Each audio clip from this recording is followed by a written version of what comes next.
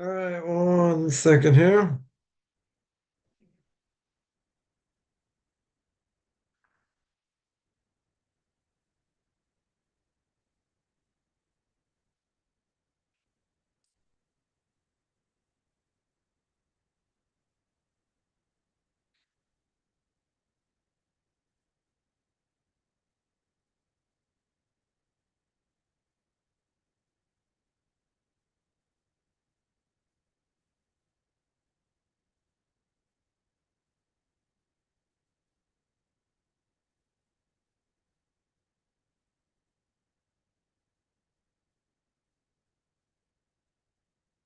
All right, well, everyone, we are holding by the Book of Leviticus Chapter 18. Again, everyone, we are holding by the Book of Leviticus Chapter 18. We are in verse 3. The Torah says, "Ma'aser Mitzrayim." שישבתם בו לא תעשו, כמעט ארץ כנען, שאני מביא אתכם שמה, לא תעשו בחוקותיהם, לא תלכו. So here the Torah says that after the deeds of the land of Egypt, where you're going to live, do not do after their actions, after their deeds, of the land of Canaan, where I'm going to bring you, you shall not do, neither shall you walk in their ordinances. So Rashi says that the reason you don't do what they do is they're the most corrupt. These nations are more corrupt than everyone else. And also, not going in their ways means don't go to the theaters, don't go to the race courses, don't do superstitious practices, etc. So, we've spoken about that, about going to the ways of non-Jews in general. So Rashi here it said that you don't go according to their actions because essentially they're worse than the other nations. It comes on the Kli Yakar, right? We spoke about this, speaking about this Kli Yakar for the last few weeks, and the Kli Yakar here says,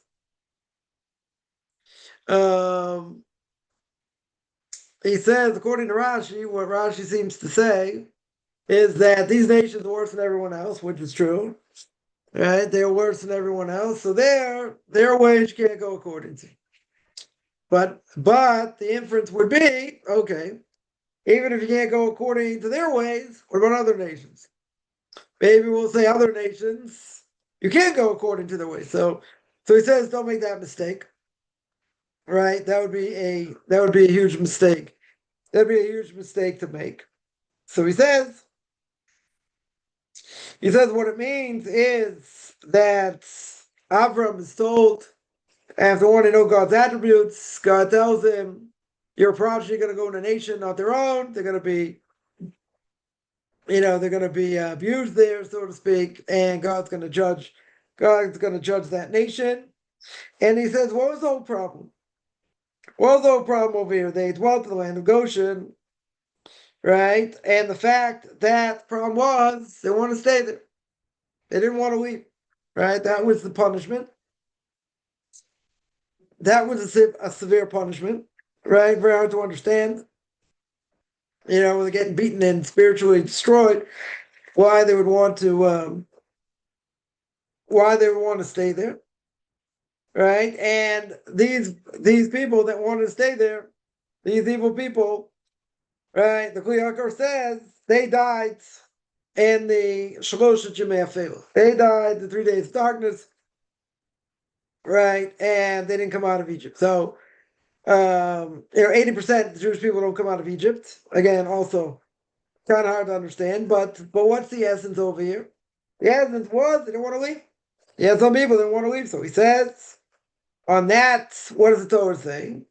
The Torah says, like the actions of Egypt do not go according to their actions. Like this thing that they lived in Egypt. And what was so bad? Ask the Kli Yakar, what was so bad? So he says they wanted to stay there permanently. They didn't want to just stay there temporarily. Yeah, they were stuck there, whatever. Eventually they're going to go to the land of milk and honey, right? They're going to go to the land of Egypt. They want to stay there. They wanted to dwell there. Why? Because, says the Kuyakar, they desired their ways.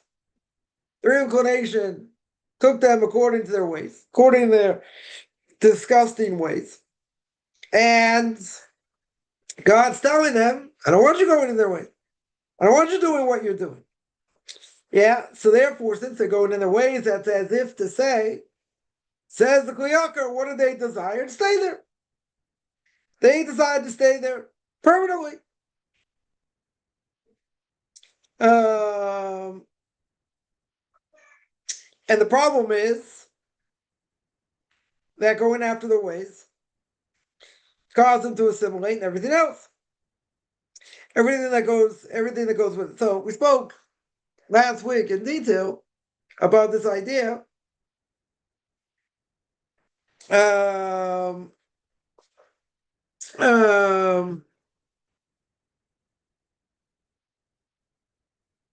Right. So essentially, we mentioned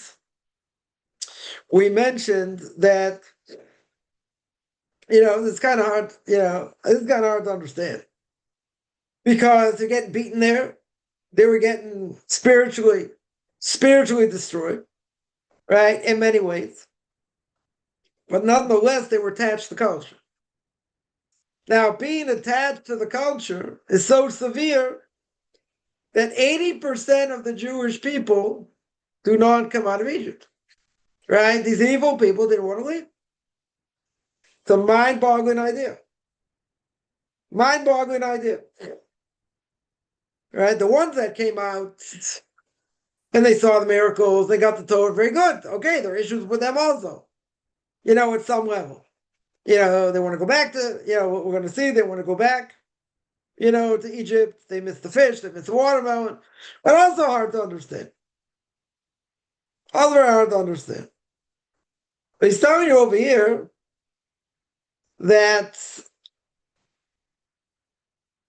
these evil people died in 3 days of darkness. Now, you think about it, they saw the miracles in Egypt. They saw the lice, saw the frogs, they saw everything. They saw the miracles. Saw the water turn to blood, saw hail, saw wild animals, right? All these things. And even though they saw the miracles, was not enough to convince the majority to leave. They're so happy where they are. That's how absorbing what we know, what we're used to. Because isn't it true, as the Gemara says, Kol hascholot kashos, all beginnings are hard. So even if they know and they see the miracle, why would they want to stay? So says the Kli Yakar, they want to go after their ways. They're so attached, but there's other things going on. When they come out of the desert, where are they going? I would say better. When they come out of Egypt, where are they going? Going to the desert. The desert, no oasis. In general. It's a lot of dirt, a lot of dust. There ain't nothing else there. So on a certain level, what was it? A lack of emunah. God says, tells Moshe, I'm going to take care of your needs. They're going to get the manna, all that, very good. But you could say they're lacking emunah because they're going into the unknown. And going into the unknown is hard. It's extremely hard. When you go into a desert, you don't have, let's say someone promises to take care of all your needs, but you're in the desert. And what if that person goes sour? What happens if the person decides, not going to help you anymore? Where are you going to get food? Where are you going to get water from? Nothing. So a third way you tell me it's a lack of emunah. Right? They're lacking in faith. They don't want to leave. That's not what he says. He says they were attached too much to what was going on around them. They were attached to their surroundings. Regardless of all the negative things going on. They had food. They had fish. They had watermelon. All these things. Yeah? All these things were going on. Very hard to leave. Avraham Avinu. Parashat Lech Lecha. The Torah says, Lech Lecha me'artzecha. Right? Leave from what you know. Leave your land. Leave your father's house. Leave everything you know. Commentary saying, well, the Torah says clear, leave all this, I'll make you a great nation. Yeah, I'll make you a great nation. You have kids, you have fame, you have wealth. So where's the test? This is one of the 10 tests Abraham has to go through. So tell him if God grants him kids, fame, wealth. God says, go to the place I'm going to show you. Everything's going to be good. I'm going to put your name on the map. Everyone's going to know who you are. Where's the test? Right? If God came to us and said, okay, you have to leave where you are now. I'm not going to tell you where you're going. I'm going to give you unbelievable wealth, unbelievable fame. You have a big family. You'll be well known. Right? Now, most people would say, okay, I'm ready to sign up. Well, what's the thing that's going to be nagging at the person? Even God comes to them. What's going to be nagging them in the back of their mind? Where am I going? Where are you sending me to? God says I'm going to send you a great place. God could have sent them, in Yukon territory in Canada. Could have sent them to a frozen tundra. Could have sent them to Pago Pago. Could have sent them to, I don't know. Could have sent them anywhere. You have no idea. God tells you, even though he said it's going to be good and everything else, are you going to know the language there? How are you going to acclimate? Maybe it's a frozen place. Maybe it's hot all the time. I don't know. Maybe it's a mixture. But Avram's got something good going on where he is. Avram and Sarah drawing the masses close to God, right? Close to one God. Teaching them. He's got everything set up. How does he know he's going to be successful where he goes? How can he give up everything he's doing? That's this. Because he's going to a place that's unknown. He's going to a place where he doesn't know if he's going to be successful or not. God tells him, okay. What about everything going on? Where he is? What about all the success he has? What's going to be with all the people, right? The Torah says all the souls he made in Haran. Very good. What happened to them? What happened to all these people he taught Torah to? Yeah, all these converts. What happened to them? You don't hear anything. You hear nothing about them. So what happened to them? Right? So you can tell me, well, maybe nothing significant came out of them, so Torah doesn't mention them. Yeah, why would that be? You talk about the pillars, of Judaism. Right? The source, as the Ramchal says, in Derech Hashem. Right?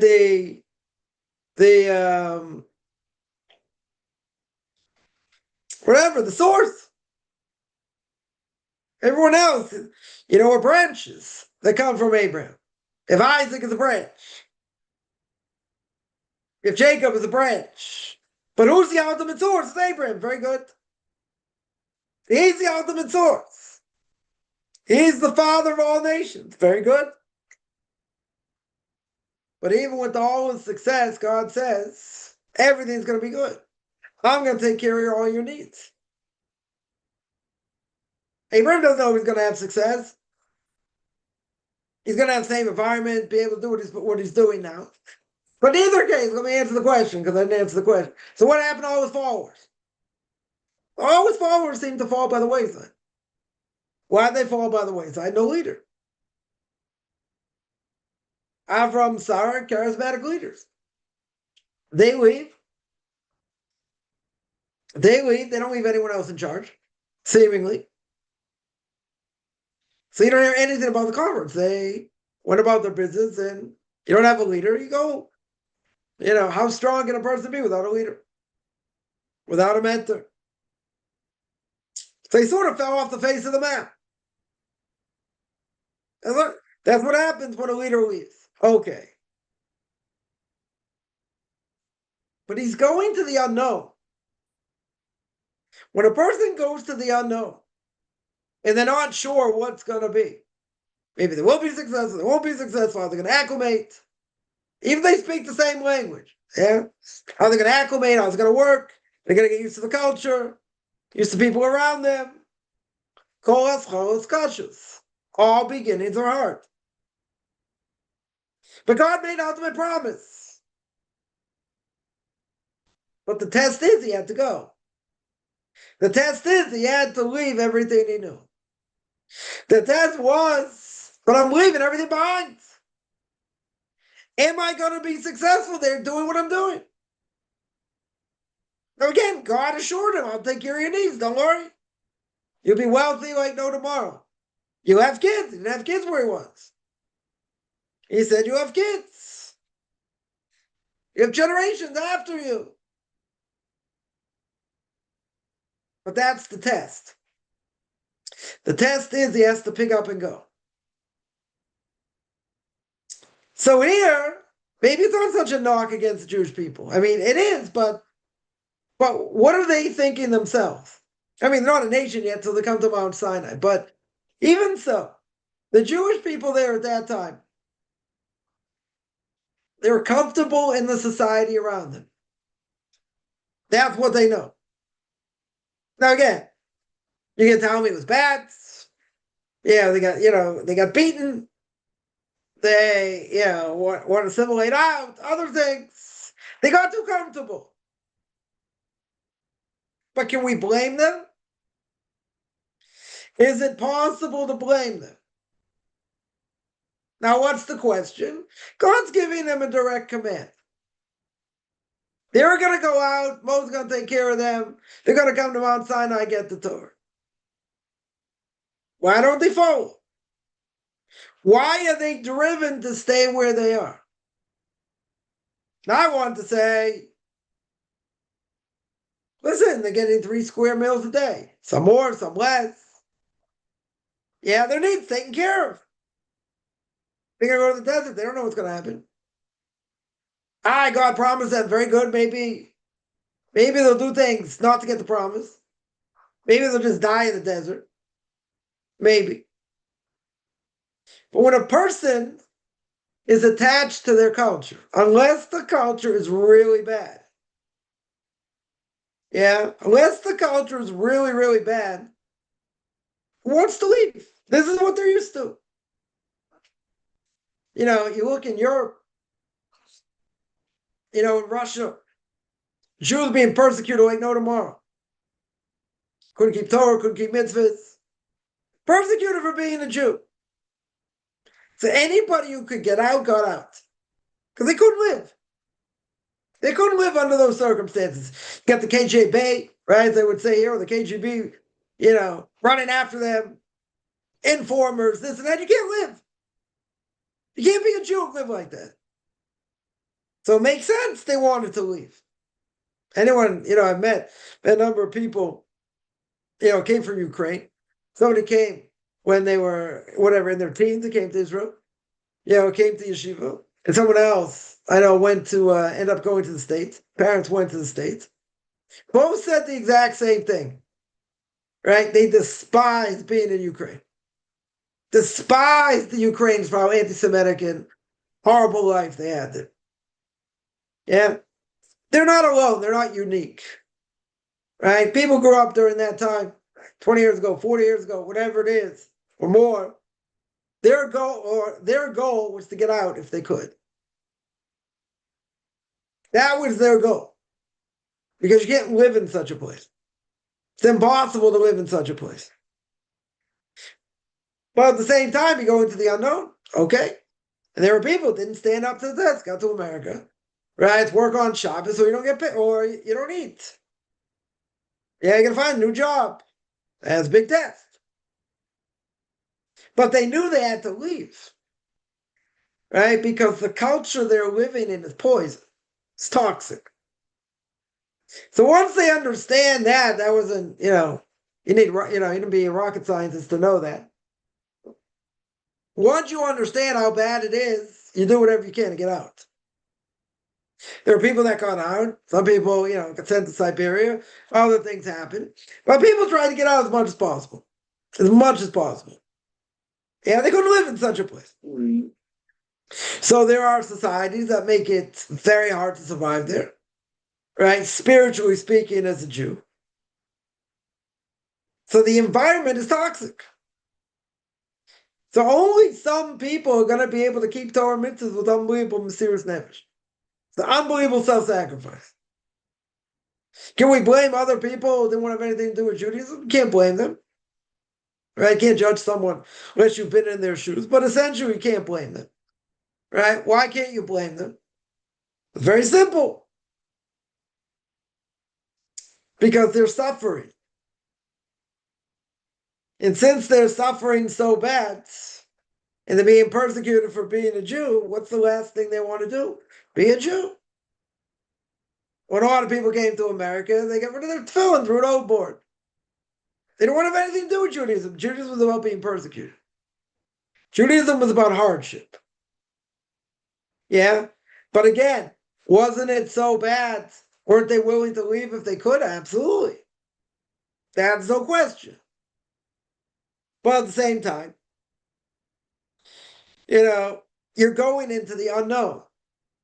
But what's the alternative? What's the alternative? The alternative is worse. And you had all these Jews in Russia, persecuted so much they became, many of them became communists, socialists, atheists. Can't blame them. That was the culture behind them. Right? Most Russians you meet today, right? Either they became religious or the parents became religious. Right? Very hard to be religious in such a place. Now, if you want to tell me people back then would have done anything to stay in the motherland, you got to say, why? What's in it for them to stay there? Physically and spiritually, nothing. So they want to get up and leave. Coming to Egypt, also tremendous hardship. Yeah. Even though it's tremendous hardship here, Kliyakar disagrees with me. Kliyakar says the main reason is they got attached to society. They got used to their surroundings. Yeah. I wanted to say, for what it's worth, they were going into the unknown. Going into the desert. That's what the Torah says. What, you brought us to the desert to die? The people complain against Moshe Rabbeinu. There's no food, there's no water. But God promised them he'll take care of their needs. And the manna came today. The manna came yesterday. Manna came the day before. Why do they think it's not going to come tomorrow? One simple answer. Maybe they're going to do something to sin. And if they do something to sin, what's going to happen? They'll die in the desert. They'll die in the desert. So better, I would say, which Kliyakar is not saying that, I would say better stay in Egypt. At least they fish. At least they have watermelon. Right? That could be another reason. He's not saying that. But he's telling you they were too attached to what's going on around them. Right? It's mind-boggling. Absolutely mind-boggling. They're too attached. When you get too attached to society around you, you get sucked into that society. What's going to happen? Your Judaism go out the window. It's exactly what happened in America. Jews came. Okay, a lot of them were half-baked anyway, the ones that came. They didn't really want to have much to do with Judaism anyway. Yeah, they wanted to emerge in society. They got into society. They weren't persecuted. And they assimilated. Right? In history, this has happened time and time again. One of the worst things Napoleon did to the Jews in France, he let them out of the ghettos. What did they do when he let them out of the ghettos? They assimilated into America. Every situation, the exact same. The Jews are together, they live together, they don't assimilate. They don't intermarry. Right? Or it's very little. You let the Jews be accepted in all parts of society. Yeah, you make them equal to everybody else. What happens? They assimilate. The intermarriage happen every single place. Right? There are no exceptions. Right? People say you can't live together. You got to be part of the surrounding culture. You got to be like everybody else, go to their schools, do this, have a little bit of Judaism, be that cardiac Jew. Yeah, what does that do? What's the end result? The end result is you won't know how to read Hebrew, right? Your kids will be barely Jewish. They won't know anything. They'll assimilate. That's what will happen. That is the end result. Yeah, and that's happened in every society. No exceptions. Every single society that's happened. Unless the Jews stayed together. If the Jews lived in their own enclaves, that didn't happen. The Jews that wanted to assimilate moved out. That's what happened. Right? And in many American cities, Jews lived in one place. Right? Lived very close to each other. And then what did? They moved out. Right? Blacks moved in, others moved in. They wanted to be out in the suburbs, so they moved out of the cities. For better or for worse. Yeah? They moved out of the cities. And what happened when they moved out of the cities? Exactly this. They didn't set up Jewish communities. Right? That's what happened. That's exactly what happened.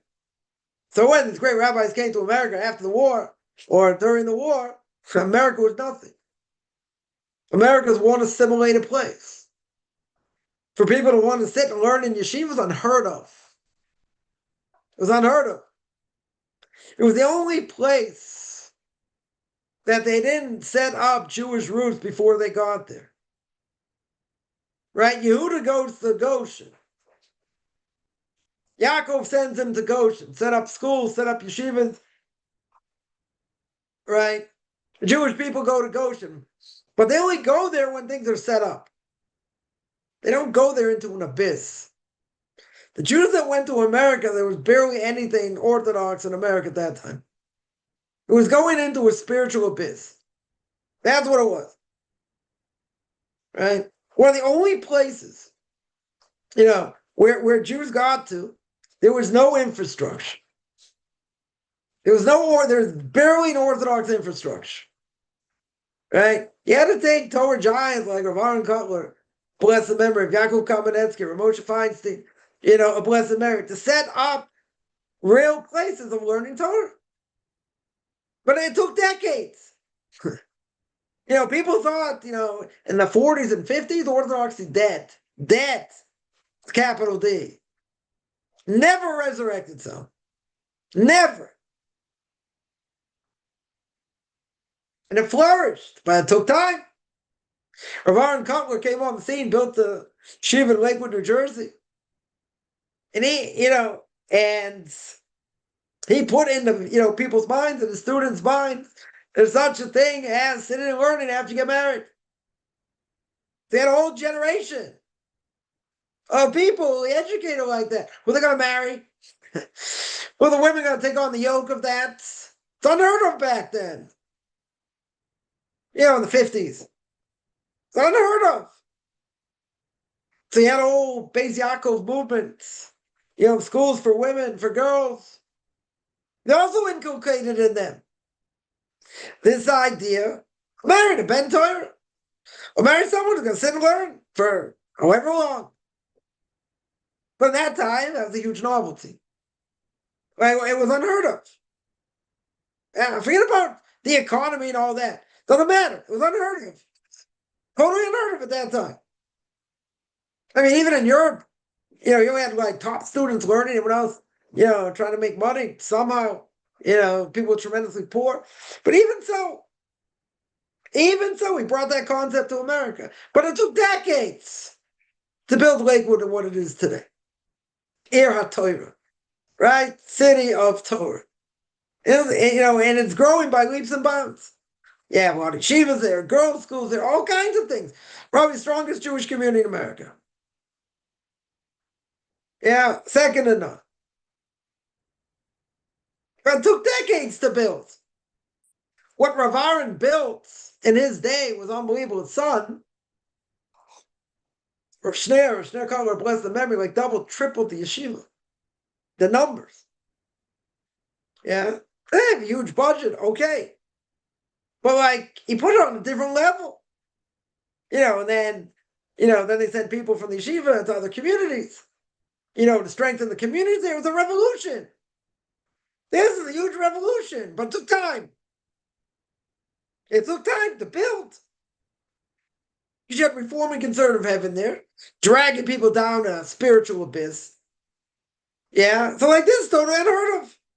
Right, Torah, mitzvahs.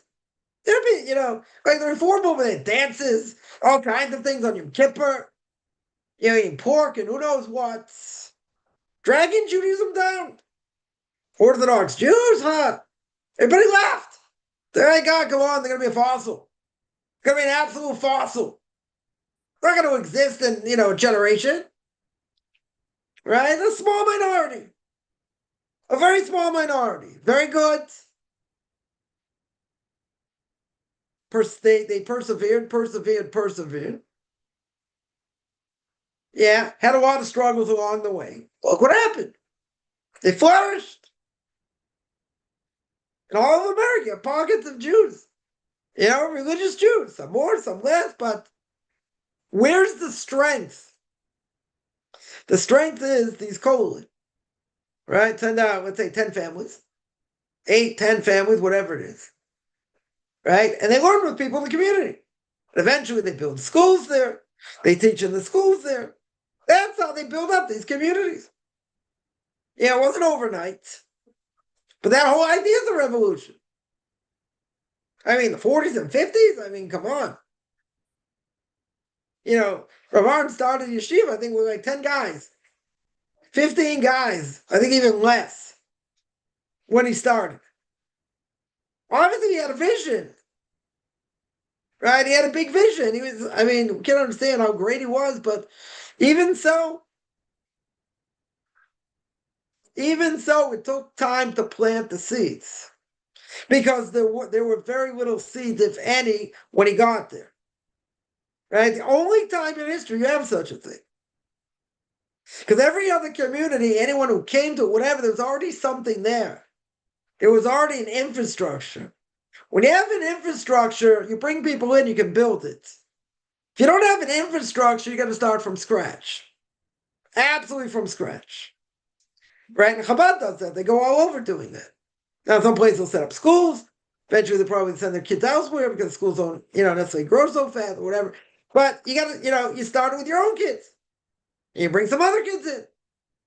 And it starts small, and then eventually it gets bigger. Right? Eventually. That's what should happen. But you need infrastructure. What happens if you don't have an infrastructure? You got to start one. When they came to America, it was a wasteland. An absolute spiritual wasteland. So going to such a place is dangerous.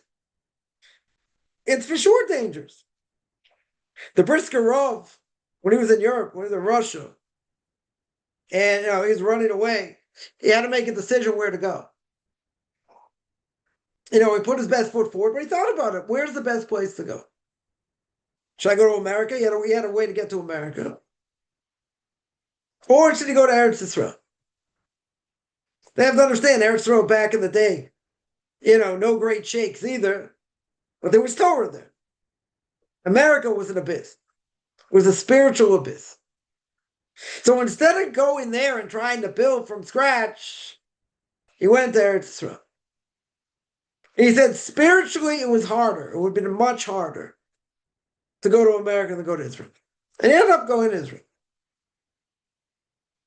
Yeah. So people had to make a decision. But the problem was at that time going to the States was not a simple thing. Getting in was one thing. Yeah, if you could get in and there were quotas and whatever. But, even if you got in, what's going to be? What in the world's going to be? There's no infrastructure. How can you go to a place with no infrastructure? Yeah, now, the problem over here is they couldn't stay where they were. It was physically impossible to stay where they were. Yeah, obviously during the war it was dangerous. 100% it was dangerous. They had to leave. But not even in wartime people were leaving because of the unbelievable persecution. So they didn't get caught up in society around them. There was no point to get caught up in society around them. Because society around them, there was a big difference between Jews and non-Jews. It was a very clear difference. But you go to a place where everyone treats you the same. They say, come on, be like us, do like what we do. Don't keep these strange, antiquated laws, blah, blah, blah. What's going to happen? You get sucked in. You don't think it's so bad. What's so bad? You come up with Webster's fifth definition, why it's okay. Yeah? And that's exactly why there are a number of laws, that the rabbis came up with to stay away from intermarrying with non-Jews. That's exactly the reason. So you don't get too close. So you don't intermarry. But again, if you were to ask me, I would say, the culture is one thing. And getting sucked up in the culture, very easy to do. True. That is true. The Kli Yakar says that's the reason they didn't want to leave. Right? That's the punishment he brings, we said before. Right? He brings from Book of Exodus, chapter 10, verse 23. Right? In that generation, the people did not want to leave Egypt. They didn't want to leave. Yeah, so now the question is why? So the Kli Yakar says, again, far from me to disagree. The Kli Yakar here says because they were too much attached to society. Too many interesting things going on, they still didn't want to leave. But there were, so I would say, okay, that's the reason. Right? We see from Rashi, saw from the Ramban, saw from the Ibn Ezra, right? They all echo the same idea. Do not go in their ways. Right? Don't go to their horse races. Don't go to their stadiums. Don't do any of these things. Don't go in the way of the Greek culture. Okay. Yeah, that's clearly the explanation. But he's going to say afterwards, we'll take some questions now. He's going to say afterwards, though, you see from the spies, you see from other cases, you're right. They don't want to leave. Right? They want to leave. Why does God tell them? Why does he tell Jewish people, parts of Bishalach, okay, they come out of Egypt, but they go with circuitous routes. They don't want to come in contact with the Philistines. They don't have to go to war. They don't know how to go to war, right? But they don't want to have to deal with them, because if they deal with them, what's going to happen?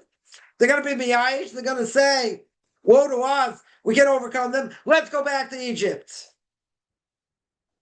So God takes them a different route, so they won't have that. So they won't have that claim. But you see what happens, though, by the sin of the spies. They want to go back. You see in other cases, they want to go back. Yeah? So that's a simple explanation. Yeah? That's for sure. Against me, for sure, that's a simple explanation. Because they're caught up in society. They're caught up in all these different things. But I would also say, there are other sources that bring down they're afraid to go. Why are they afraid to go? Why did some of the people who did not want to leave? Because they're going into the unknown. They're going into a desert. God made them a promise. How can they not listen to God's promise? Yeah. Because you can say maybe they have a little bit lack of faith in their own selves, not in God.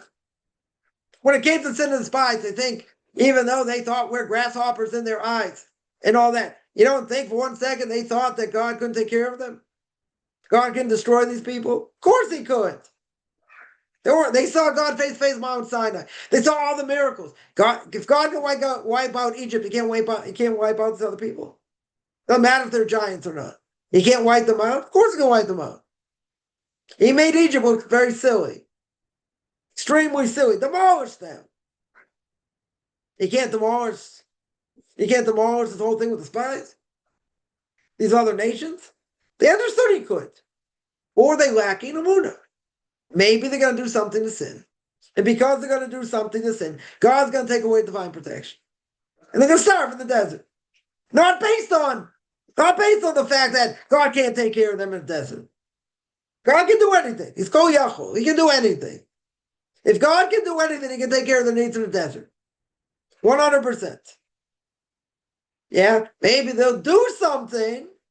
It's going to cause God to be angry at them. Then God won't take care of their needs. They'll die in the desert. Well, that's not such a great option. That's definitely not a great option. So you had people certainly want to go back to Egypt. They missed the fish. They missed the watermelon. They wanted meat. They wanted all these things. Yeah, you really think going back to Egypt was such a great thing? They remember what happened or whatever, but that's what they knew. They had 3 square meals. Doesn't matter if they're getting beaten or not. They have 3 square meals. They're not starving. They have a roof over their heads. They're going into the unknown. Yeah? Yeah? That's not simple explanation. Yeah? Nobody's saying that's the explanation. Right? You take what I say with a grain of salt over here. Right? But, right, the explanation the Kliyaka here says is the fact that what? You have all these things that they're attached to. I'm just adding on, going into the desert, they're lacking emunah. They don't want to go. Why don't they want to go? A, they're too attached to society, too attached to what they know. But I would also add B, which nobody says, but I still think it's true. Yeah. And that is they're going into the unknown. And once you go into the unknown, you don't know what's going to happen. You have no idea, even if God makes a promise. So why aren't they going to listen to the promise? The reason is because they think they may do something to sin. If they do something to sin, what's going to happen? They don't have divine providence. They don't have divine protection. And what's going to be when they don't have divine protection in the desert? No oasis, no nothing. They'll die. Right? So that potentially, is what's going on. But again, simple explanation is they don't want to leave. 100%. 100% they don't want to leave. All right, let me take some questions here. Somebody asks, 1 second, let me bring it up here. Somebody asked the biggest question on the parshas: why Moshe was left to die in Mitzrayim when he was helping the Yidden? He wasn't left to die. Right? Oh, I mean, okay, true, he was. So let's explain that he didn't end up going into the land because he struck the rock, right? Even though, again, this is very hard to understand also because even if he struck the rock, it was a big miracle the water came out of the rock. He's supposed to speak to the rock. He spoke to the wrong rock, the Medrash says, and then he hit the rock, a little bit of water came out, struck the rock again, and more water came out, but God said, you didn't listen the first time. You didn't sanctify my name the first time. Because you didn't sanctify my name the first time, you don't deserve to go in the land. It's very hard to understand. Right? Very hard, very hard. Very, very hard to understand. One explanation is the fact that we don't know where Moshe Rabbeinu was buried today. Nobody knows. Yeah, and one reason I've seen brought down is the fact that if people did, they would worship his place. They would worship his burial place. And that would be idolatry. Yeah, they would actually worship the place. Right? So God, at the end of the Torah, says Moshe's buried. No one knows where. No one until today knows where he's buried. Nobody knows. And that's one of the reasons. Right? In other words, in this case, Moshe Rabbeinu is the king. Moshe Rabbeinu known as the king. You see, when Korah comes out against Moshe and Aaron, He comes out, he says that Moshe played favoritism, making Aaron the high priest.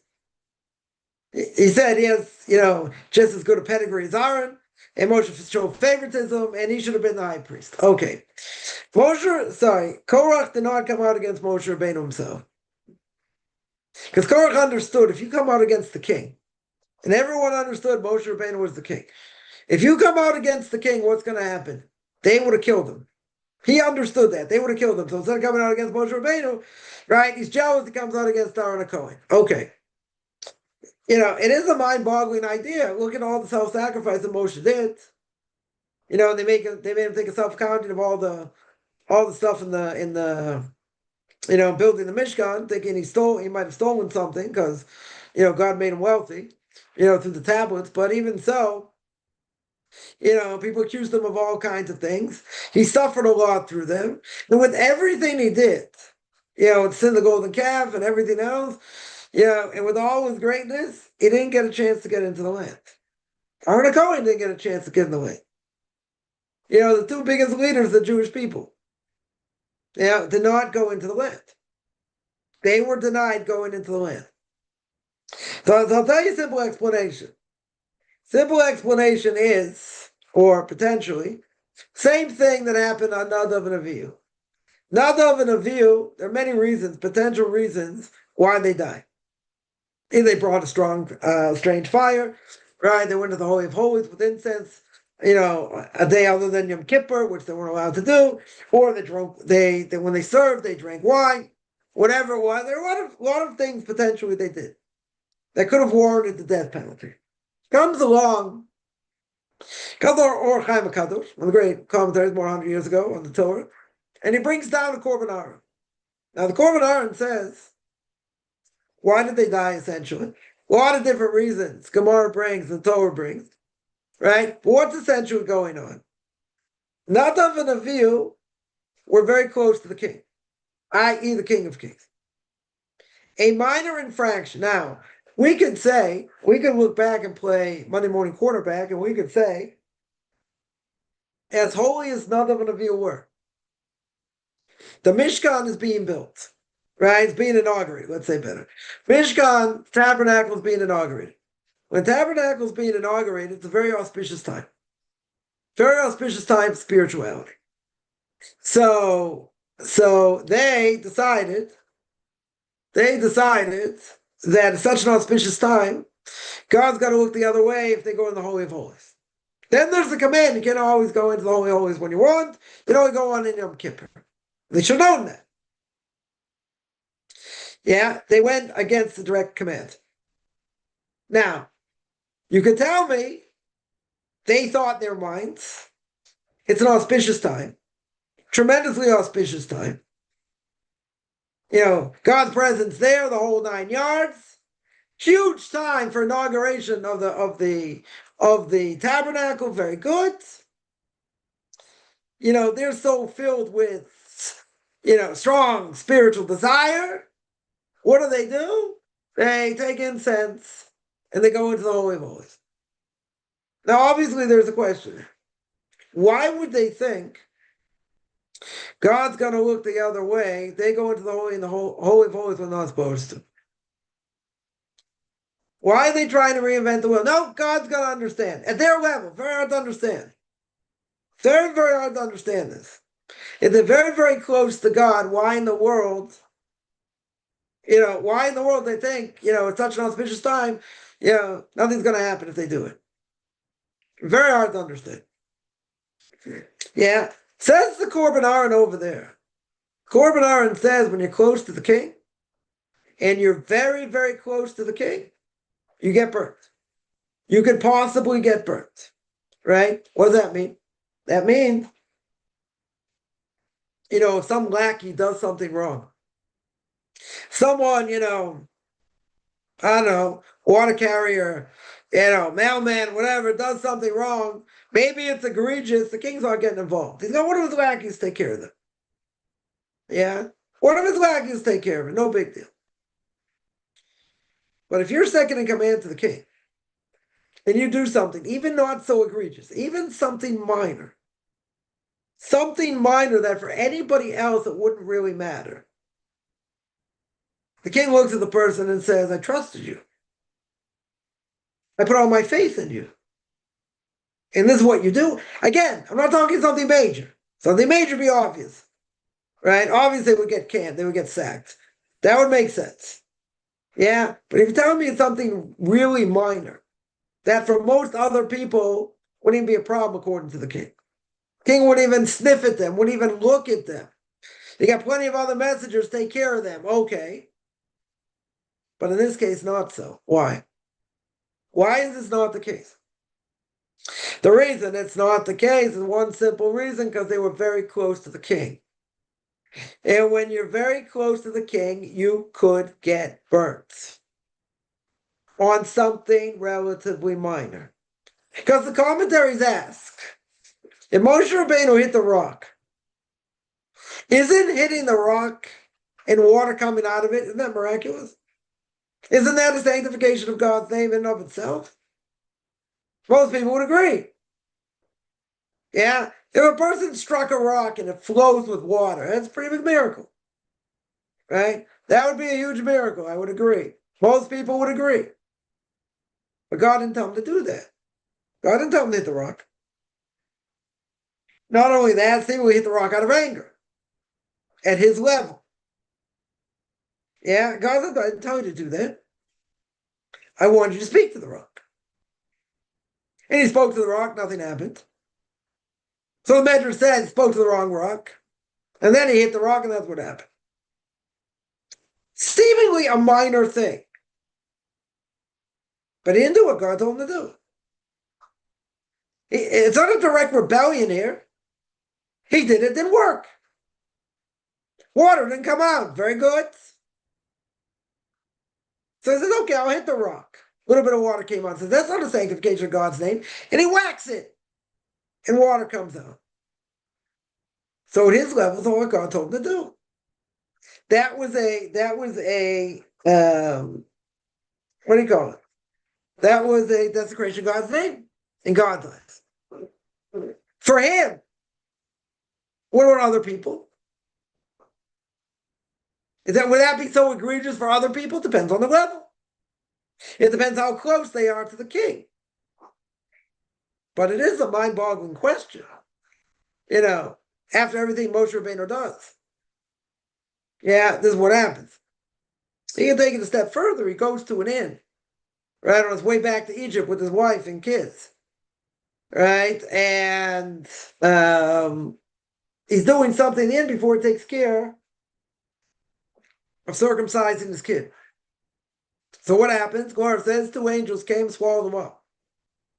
They're about to kill him. They're about to kill him. So Tzipporah takes a flint rock, understands that he should have done the circumcision straight away, does the circumcision, and Moshe Rabbeinu, lives. The whole story is mind-boggling. Yeah, God sends him back, and he tells him, you're going to take out the Jewish people. Now, for whatever reason, when he gets to the end, he wants to put his stuff away, whatever, and then he's going to do the circumcision. What, do you think he dilly-dallied so much it's going to make a difference? Shouldn't have made a difference. Yeah? God says, oh, you didn't do it straight away? You wasted like a fraction of a second or whatever. That's it. He brought 2 angels, swallow them up. When Tzipporah saw that, when she saw that, she realized what happened. She takes this flint rock, whatever, and does circumcision herself. It says, you're a blood thing to me, whatever the Torah says over there. Yeah, it's kind of cursed him out a little bit. He could have died. Gemara says he could have died. Because he sort of dilly-dallied at the end. Before, during the circumcision, whatever that means. Doesn't make any sense. God says you're going to take the Jewish people out. Yeah? You're going to see great miracles. You're going to, they're going to come to the land, blah, blah, blah. Why is he going to kill him? Why at that point is going to kill him? Before he even gets to do the job. Right? At the end of the day, we understand that didn't happen and he did do it and whatever. Okay. But you also have to ask that question. What happened at the end? And why was he supposed to die or potentially die? So what's the simple answer? He didn't do exactly what God said at some level. It's a long trip. They take a long trip back to Egypt. Yeah, so they stop at the sin. He knows he's got to do circumcision, but he's afraid to do it in the desert. Why? Dangerous. Would have been dangerous to travel with a child like that. Okay, right? So that's understood. But when he gets to the end, every second he's not, working on that, it's held against him. And it's held against him in a serious way. It's held against him in such a serious way, the angels come and swallow him up. And, about to kill him. At God's command. How is the Savior of the Jewish people going to take them out if the angels kill him? If they swallow him up? And Tzipporah came and saved the day. We're not, a number of things you learn out from that. Right? You see, a woman can do circumcision. Yeah, the whole question, she's not commanded the mitzvah. Right? She's not commanded. She can't do circumcision. Yeah, no, a Jew can't do circumcision. They're not commanded the mitzvah of circumcision. So the question is, how did she do it? How was she allowed to do it? So you can say it was only at that time. Right? If you don't have a man to do it, a woman can do it. Okay. Yeah. Others say, I think one answer to the Gemara is she started, Moshe Rabbeinu finished it. She didn't do the whole thing. He did the rest of it. Yeah, whatever it is. Right? You have those questions also. Or let's say a non-religious Jew, even if he's a doctor, let's say he circumcised somebody. Not doing it for really not doing it for the mitzvah, per se. And even if he is, if he does a great Shabbos in public, he's got the status of a non-Jew. A non-Jew cannot do circumcision. Even if you stand up over him and tell him to have intention, this and that doesn't help. Why? He's not in the parsha. Non-Jews don't get circumcised. No hides, nobody. No obligation whatsoever. Right? They're not commanded circumcision. Now, it could be by Muslims. That's the whole question. That's the whole question, because it says by the children of Abraham. They did some level of exact circumcision we do today. So it could be by their offspring. They have an obligation. They have an obligation to some level to do some level of circumcision. Yeah. But in general, non-Jews outside of that, right? Non-Jews themselves, they have any obligation? None. None. Even by Jews today, people will say, there'll be a disagreement of doctors every 5-10 years, whether doing circumcision is good against cancer, not good against cancer. Bottom line, it's a divine command. Divine command for Abraham to do it, and all his descendants. And all his descendants to do circumcision. Non-Jews don't do circumcision. They want to convert, good, they have to go through circumcision. And even if they had circumcision before, so they have to draw blood, because it was done for the sake of the mitzvah. But even so, right? Even so. So a secular Jew, that's a great Shabbos, does circumcision.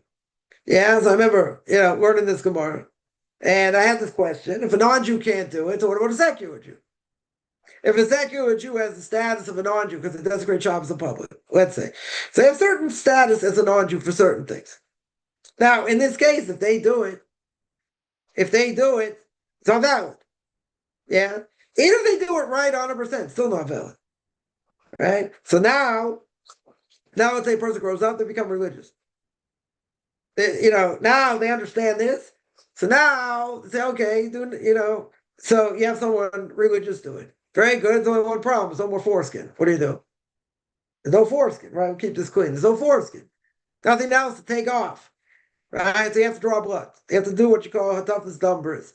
You have to draw blood. Yeah, take a little prick, and that's it. Right? They draw a little bit of blood. Once it heals, very short amount of time, they go to the mikveh, they convert. And that's going to be done right before conversion. Right? Seemingly, if there are no problems, which hopefully there aren't. Right? If there are no problems, you do a toughest time, and that's it. If there's some skin left there, then it has to be taken off.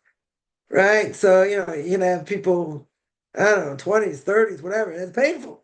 Right? I know someone went through an Orthodox conversion, and for whatever reason, there was a problem with the conversion itself when the rabbi's been thrown off the base, and so they went to a stringent conversion. So I helped them out with it. Very good. When they went to do the conversion, so the grandparents converted, and their daughter, son-in-law converted, and there were kids as well, right? So the moil, the one who does circumcision, checks out the grandfather, yeah, good to go, draws blood, goes in, no problem, right? Some of the grandkids, yeah, no problem, whatever. Take a look at the son-in-law and says we got a problem. So this boil, one does circumcision, he says, you got to get an expert over here. Yeah, the expert that they want to bring in was out of the country.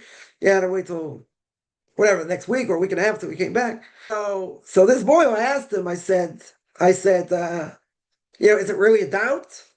So he said no. He said it's not really a doubt, but I want someone else. Someone else to look at it, and they'll make the decision.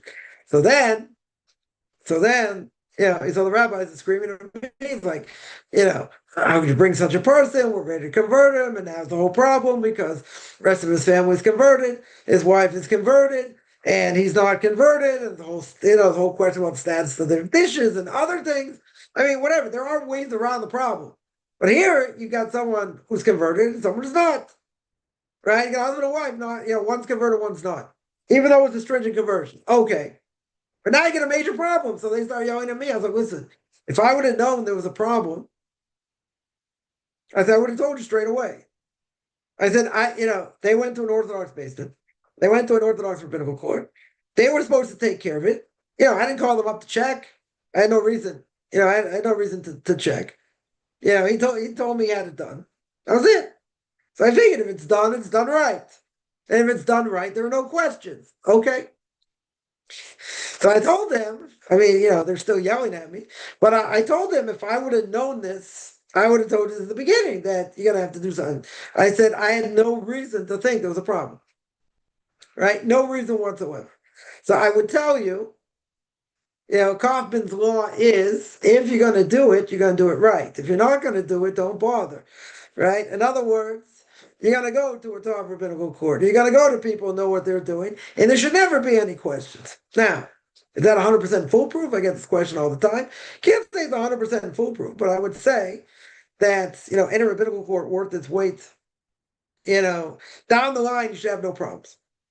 You should absolutely have no problems, right? If they're top-notch rabbinical court. That doesn't mean there'll never be problems. Doesn't mean 20 years later, maybe there won't be a problem. Maybe there'll be a problem. It's very unlikely. Very, very unlikely. Nothing's etched in stone except for death and taxes. That's the only thing etched in stone, right? Not necessarily in that order. But at the end of the day, a person goes to a proper rabbinical court, you should not have this problem. Should not have this problem. So I spoke for weeks after this. Weeks after this incident, and basically kept saying the same thing over and over again. Yeah, and that is, if you're going to do it, you do it right. And you're going to do it 100%. You don't want to have any doubts. You don't have to, 10 years down the line, people are going to call it into question or whatever. Again, nothing's 100% foolproof. But if it's done right, it's done properly, you should not have an issue. Now, someone can say, can you guarantee that and put it in writing? No, don't guarantee. Right? But if it's a good base, then it should not be a problem. Yeah. Sometimes, people can go rogue. They're, certain bases. Someone, let's say, did conversions 20 years ago, 25 years ago. There's no question they were okay. 20 years later, they become questions. Why they become questions? Because the person sort of went off the rails. Sort of becoming, much more lenient in a number of things. And people now call in question call in question these conversions. What about conversions 20 years ago? Yeah, so some people, if they converted 20 years ago, 25 years ago, they may have what they call a gerus l'chumrah, a stringent conversion. They may, go through that because they don't want to have any questions. This person is now questionable for a number of reasons, let's say. Yeah, this person is questionable. Now, 20 years ago, you have to, again, you're not going to say, well, if you go back 20 years, all these conversions are bad. Can't say that, right? You have to go on an individual, individual basis. Probably most of the conversions probably okay. Maybe in the last 5 years, the last 10 years, a good question. Yeah, that would be a good question. But you can have people that go off the rails somehow. Yeah, I don't know. Maybe become senile. I have no idea. Why they change their standard or what they do. Maybe it's want to be more lenient. Get more people converted. I don't know. Could be any number. Of possible reasons why that would be. Yeah, but that could happen. You don't expect it to happen. It shouldn't happen. It absolutely shouldn't happen. Yeah, but again, it's not a guarantee. Not 100% guarantee. We do the best we can. And, if it's the proper rabbinical court, there shouldn't be a problem. Right? In general, there shouldn't be a problem. Someone there mentions God will never give man a test, he cannot pass, right? That's what we generally say. Even though we think we can't pass it. Yeah? Maybe a person will be given a test. And the question is, how much are they going to fail? Well, I don't believe that. Every test the person's given, they have the tools to be able to overcome. Now, it might be a hard test. It might be a difficult test. It might be seemingly an impossible test. Okay. Doesn't mean you can't pass it, right? Absolutely doesn't mean the person can't pass it, right? So what it means, everyone, everyone has that ability, right? So if everyone has that ability, very good. Yeah. If everyone has that ability, it's not a problem. But the test itself can be very difficult, right? That's no question. Yeah, does that mean you can't pass it? Doesn't mean that. Right? Definitely doesn't mean that. But that's true. Right? A person will be in a test, whatever the test is, you have the ability to overcome it. And when a person does at some level, they'll say, see, I can't do it, but it could be very, very hard. Yeah. And the more a person knows, the more a person works on themselves, what happens?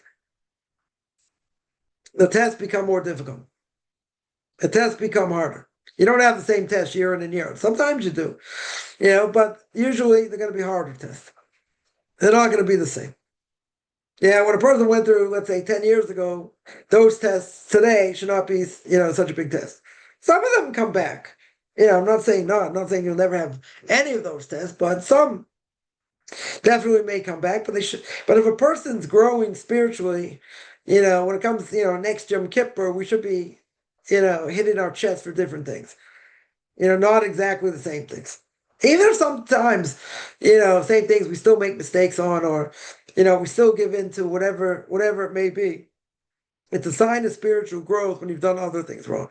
Obviously, we don't want to do anything wrong, but if you're doing other things wrong more than what you did before, that's already room for spiritual growth. That's not to destroy a person.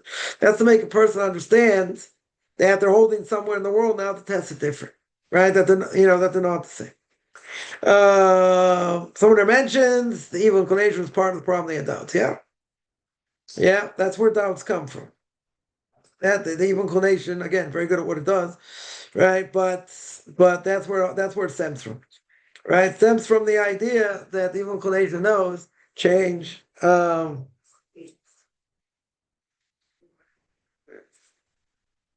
phone. Sure. Yeah. They tests are there, obviously, give us a hard time. But tests are there to put doubts in our mind. Right? That's what they're there for. Nothing more, nothing less. There's nothing worse, as we said before. There's nothing worse than being in doubt. That's what Amalek brought to the world. Amalek brought to the world atheism. There is no supernatural. But the numerical value of the Amalek, every letter has numerical value, right? Aleph is Beis, Gimel is Aleph is 1, Beis is 2, Gimel is 3, right? They call that gematria. So every letter has a numerical value. So the numerical value of the word Amalek is suffix. The word suffix means doubt. That's what Amalek brought to the world. See, it's kind of ironic to say, oh, come on, speak about Haman, Mr. Haman himself in the Book of Esther. Hey, come on, it's a long time ago, it's thousands of years ago, it's not relevant today. It's more relevant today than ever was. Yeah, they brought doubt to the world. That's what they brought doubt to the world. All right, that's what they brought to the world. No belief in supernatural. And they brought this idea that there's no absolute truth. Right? Or there's no truth. Depends how you feel. Depends what you see. It depends, number of things. Right? It depends a number of things. So what you have is that there's nothing, as the Gemara says, other sources say the same thing. Right? There's nothing worse than being in doubt. And that's, and that was Avram's test. He's going into the unknown. Major doubts.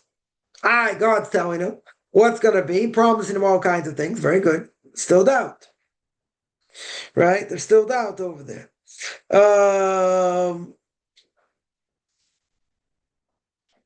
So here someone says, okay, by Egypt, kids were being killed, right? Who wanted to return? Well, you read the Torah. Read the book of Exodus. Read the book of Numbers. Read the book of Numbers. Even the ones that came out, even the Jews that came out, they missed the watermelon there. They wanted to return. Why would they want to return? Right? The Torah itself says that. I'm not ad-libbing, that's what the Torah says. They missed the fish. They missed the watermelon, right? That's the ultimate question. Why did they want to return? What did they miss? You know what they missed? They missed comfort. They miss comfort. They miss knowing they have a place to live. They miss knowing they have water. They have a roof over their head. They're not living in a dust bowl. They're living in a society, not living in the middle of a desert with nobody around. Right? No oasis. They have nothing. They have absolutely zero. If they don't get the manna, how are they going to live? How are they going to live? So you say, what are they going back to? They're going back to civilization. Where they're going, in the desert, they're not going to civilization. There's no civilization. They might come in contact with other nations along the way, but there's no civilization in the desert in general. Yeah? So what's worse? What's worse? Being in a place where at least you're going to have food, you're going to have water, you have other things, or you're going to go to a place that's a dust bowl. What's better? Yeah, simple explanation is better go back. Why are we going to live? Why, that's what they say. They complain. They say, why are you taking us to a desert to die? What's the purpose of taking us to a desert to die? Good question. Yeah. But God's taking care of their needs. Very good. But what do they see in front of them? Dust, dirt, sand. What do they see all around them? They keep traveling. If they're going around, round different directions, doesn't matter. What do they see? Desert. Yeah, the miracle of, the well, Miriam's well and all that. Okay. But what do you have around you? Nothing. No oasis. Zero. So what are your alternatives? Your alternative is go back to where you came from. Oh, you can tell me it's 10 times worse. Yeah, what they're doing there, good. But they know the culture. They have food there. They have shelter there. Yeah. They have the ability to survive there. How are they going to survive in the desert? How are they going to survive in the desert? That is what they have. So for them, that was a better alternative than being in the desert. That's the alternative. Yeah, now turn to blood, the fish died, blah, blah, blah, right? How long can the fish repopulate? I don't know. Doesn't really matter. God can do that in this, blink of an eyelash. Blink of an eyelash. It doesn't say the Egyptians starved to death. That's not what it says. All the vegetation got taken care of by, by lice and by grasshoppers and whatever. Right? Got eaten up. Vegetation got eaten up. And how'd they eat meat? How'd the Egyptians eat meat? If animals died. So the ones that feared God, the animals stayed alive. Their animals stayed alive. What was the percentage? I can't answer. Yeah, but you would think when you read what the Torah says, you take it literally. Yeah. So many animals died. Tremendous amount of animals died. And vegetation got destroyed. Totally got destroyed. So what they eat? What in the world the Egyptians eat? No fruit, no vegetables, no meat. So Rashi and others bring down that Egyptians, doesn't say the percentage, some of the Egyptians brought their animals inside because they feared God, and God saved those animals. So at least they're able to eat meat. Yeah. Now, how long does it take after that whole country got devastated? Right? Trees destroyed, crops destroyed, money's taken out. The whole country is poverty now. Absolute poverty. Totally demolished. But you don't see midrashim. Again, I'm not an expert in all the midrashim, but you don't see midrashim say they all died in starvation. You don't see that. So obviously it must have replenished. It could have taken time. Okay, probably weren't eating a lot at the very beginning, but it probably took time. Right? How much time? Can't answer. But they weren't dying of starvation. Right? They weren't dying of starvation. Right? But remember, after the plague, after the river turned to blood, right, and all the water turned to blood. After Moshe Rabbeinu prayed, whatever, it went back to normal. So I'm going to say, well, how long did it take to replenish? I mean, these plagues took a while. So there was time to replenish. But that's why Pharaoh, at the end, they throw him out of power. They leave him alive. God leaves him alive. To see all these people die. And they threw him out of power. He ended up becoming the king of Nineveh. Just read on Yom Kippur, the book of Jonah. Right? He was the king of Nineveh. He got the message. When Jonah comes, he got the message. Yeah, they all repent. They put sackcloth on the animals. They don't die. They don't die. But he was the king of Nineveh. 100% was the king of Nineveh. Was Pharaoh. He became the king of Nineveh. Okay. But the whole country got decimated. So it must have taken a while to replenish. Yeah? Yeah, that I would agree. Probably took some time to replenish. But even if it took time to replenish, they probably still had other things to eat. Right? So they weren't going to starve. And they weren't going to die, they weren't going to die of having no water. Right? Eventually those things are going to turn around. How long does it turn around? Good question. Right? So it's not going to be instantaneous. Right? It'll take time. Okay. But even if it takes time, that society is going to replenish. Even if the Jewish people came and they go out and they take all their wealth also. They have no money. Right? They have no culture left, no money left. They got their crops are decimated. They have very little food. They have little food. Okay, but they're going to replenish. They are going to replenish. So by the time the Jews want to go back, they're remembering the good times. They're not thinking about, oh, look what happened. They got decimated. They're not going to have any food. They're not worried about that. They're not worried about that. They know. They know it's going to replenish. Things are going to be better. And it's got to be better than they are in the desert. That's the point. It's got to be better than having nothing. The Egyptians didn't have nothing. Yeah. Okay. They had to replenish, however long it took. Ain't nothing replenishing in a desert, right? Nothing. All it is sand and dust. That's it. Nothing's going to replenish. So what's worse? They're thinking of the good times. Okay. So it might not be the greatest times. When they're going back, if it takes long enough to replenish, very good. Even if it doesn't replenish straight away, doesn't matter. They're in a desert going nowhere and having no food. That's worse. That's a worse alternative. Doesn't matter what was going on, and they were getting beaten and everything else. That doesn't matter. What's the point?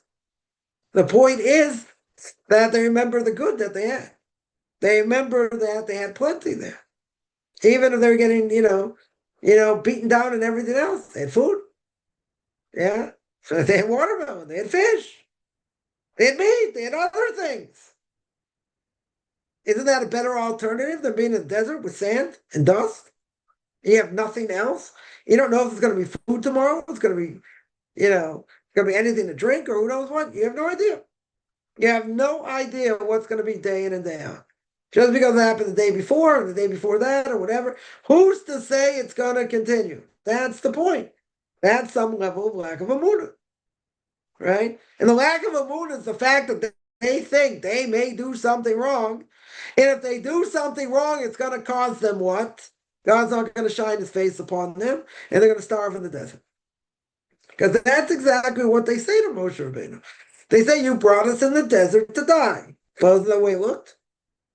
That is the way it looked. There's nothing in the desert. So what's the alternative? What's the alternative? The alternative is go back to what we know. Go back to the field that we had before. Okay, the conditions weren't great. True. Combinations were okay. Yeah, conditions weren't great, but they had they had a roof over their head or a hut, whatever, over their head. They had food. They had water. They had other, amenities. That's enough to want to go back to being in the desert. Yeah, because in the desert, there's no way. There's no way you will survive in general in the desert. And they think also they're not up for an open miracle. They may have used up all the miracles. So if they use up all the miracles, what happens for a few days? The manna doesn't fall. They're dead. There's nowhere to go. They starve to death. That's what they're afraid of. And what did God want from them? God wanted them to flex their emunah muscles, to flex their faith and belief in him. Had they done that, not sin with the sin of the spies, would have gone straight into the land, and the land of Israel, Messiah would have come, that's it. That would have been the end of it. That would have been the end of the world as we know it. Messiah would have come, finished. Then you have resurrection of the dead, that's it. Finished, but that didn't happen. That didn't happen. They didn't feel they were worthy. That one explanation. They felt they weren't on a high enough level. Imagine, you're getting this manna every day for months, for weeks, whatever it is. But every time you eat it, everyone gets enough for their family. Every time you eat it, old mother Hubbard ain't nothing in the cupboard. There's nothing left in the cupboard. What's going to be? What's going to be tomorrow? At some level, again, very hard to understand because they saw God face to face in Mount Sinai. The greatest generation in the history of man. Very, very hard to understand how they failed at this. How their level of faith and belief in God was flawed at some level. I'll take it one step further. Yeah, all the miracles they see in the desert. Moshe Rabbeinu goes to get the Torah. What happens? He's late, according to their calculation. Not according to Moshe Rabbeinu's calculation, according to their calculation. So according to their calculation, he's left. We need a God. We need someone who's intermediary. Moshe's not here. So what do? The Erev the mixed multitude, all those converts, right? All those converts came out of Egypt or from other places, some of the commentaries say. They're the ones that made the golden calf. The golden calf ate, spoke, sorcery, whatever. Right? 3,000 people killed. How could they fall so fast? Another question. You get a lot of questions. The answers aren't so good, but there are a lot of questions there. How'd they fall so fast? They saw God face to face on Mount Sinai, whatever that means. They saw him face to face. They saw the miracles in Egypt. How in the world they fall so fast to golden calf? You say, well, it wasn't really the Jewish people. Yeah, that fell. It was the Erev. It was a mixed multitude. Good. It was a mixed multitude. Okay. Doesn't matter. At that point, let's just, we'll go through history a little bit. At that point, the Jewish people are on the highest level they've ever been since before Adam and Eve ate from the tree of knowledge. That's how high level they were at. The Satan, the evil inclination, angel of death, whatever you want to call him, knows that if the Jewish people ever get to that level, he's dead. God is going to take care of him. God's going to rip him to shreds. You don't need the Satan anymore. The Messiah will come. You don't need him anymore. Yeah, so what did he do? Medrash says he showed a coffin of Moshe Rabbeinu, as if to say he died. Yeah, so the Jewish people made a miscalculation of a day. They made a miscalculation. So now they think Moshe Rabbeinu's dead. Who's going to lead us? And that's the whole thing with the golden calf. Yeah, that brought the world back to where it originally was, and that's what we're still trying to do, to fix up that sin of Adam and Eve, bring the Messiah, right? To get to the world at that point. That's what we're supposed to be doing, right? That's our goal. We haven't done it. And we haven't got to that point yet. Getting closer, but we haven't got to that point yet. Now that being said, this is not a long period of time. When the Jews get the Torah and they sin with the golden calf. It's not a big amount of time. I'm not talking about hundreds of years. Right? It's a very small window. Yeah, and the evil inclination acted very quick. Very, very quick, because he knows, or she, or it, whatever you want to call it, right? It knows that when the Jewish people hit that level, he gets shechted. He gets destroyed. Because when the Messiah comes, all things being equal, there will be no evil inclination. Evil inclination will be gone. Yeah, he knows that. So he's doing everything in his power now, still, to stay around, keep the evil inclination around, right? But he knew that's his end. That's his end. So what does he do? He devises a plan. Convinces the Erev, the mixed multitude, whatever you want to call them, right? They're the ones that do the sin of the golden calf, bring the world back to where it was, right? And now there are other problems. And we're still paying the price for the sin of the golden calf for every generation. Because God says, because of what they did, if I go amongst the Jewish people, I'm going to annihilate them, and I'm going to destroy them. So Moshe Rabbeinu says, don't destroy the Jewish people. Right? If you destroy the Jewish people, take me out of your book. So God says, I'll make you a great nation. I'll take from you and make a great nation. Moshe Rabbeinu says no. Only until he invokes Abraham, Isaac, and Jacob, God relents. So God says, fine, I won't go amongst the Jewish people, because if I do, I destroy all of them. So I'll incorporate it in every generation. There'll be some level of price to pay, collective punishment for all the Jewish people for all generations until the Messiah comes, because of the sin of the golden calf. Now, what's the obvious question someone's going to ask? Not fair? Why is that? Why should we pay the price of our forefathers? We weren't there. We didn't do it. Very good. And it was only the mixed multitude. Then it wasn't the rest of the Jewish people. Good. Collective punishment. Right? There is collective punishment. Now, that being the case, we're still paying that price. And the Messiah still hasn't come. Right? So the evil inclination right now is holding on for dear life. Absolutely holding on for dear life. Yeah, and he's doing whatever he can, right, in his power to make sure that, we stay at the same level, or, keep going down, down, down until he decides, until whatever, that we end up doing the right thing, and we end up bringing the Messiah. Yeah.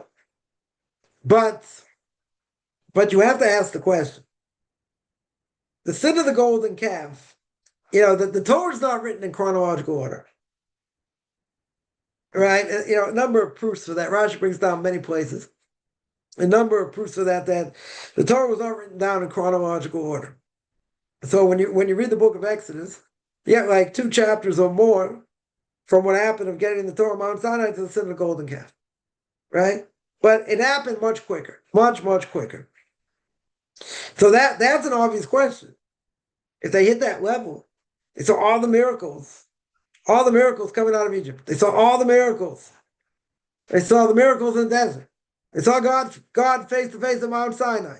How in the world can they think there's a mistake here? Right? How in the world they thinking there's a mistake? Yeah. So the evil inclination comes and tries to fool them. And he did. And they made the sin of the golden calf, and we're still in that same position.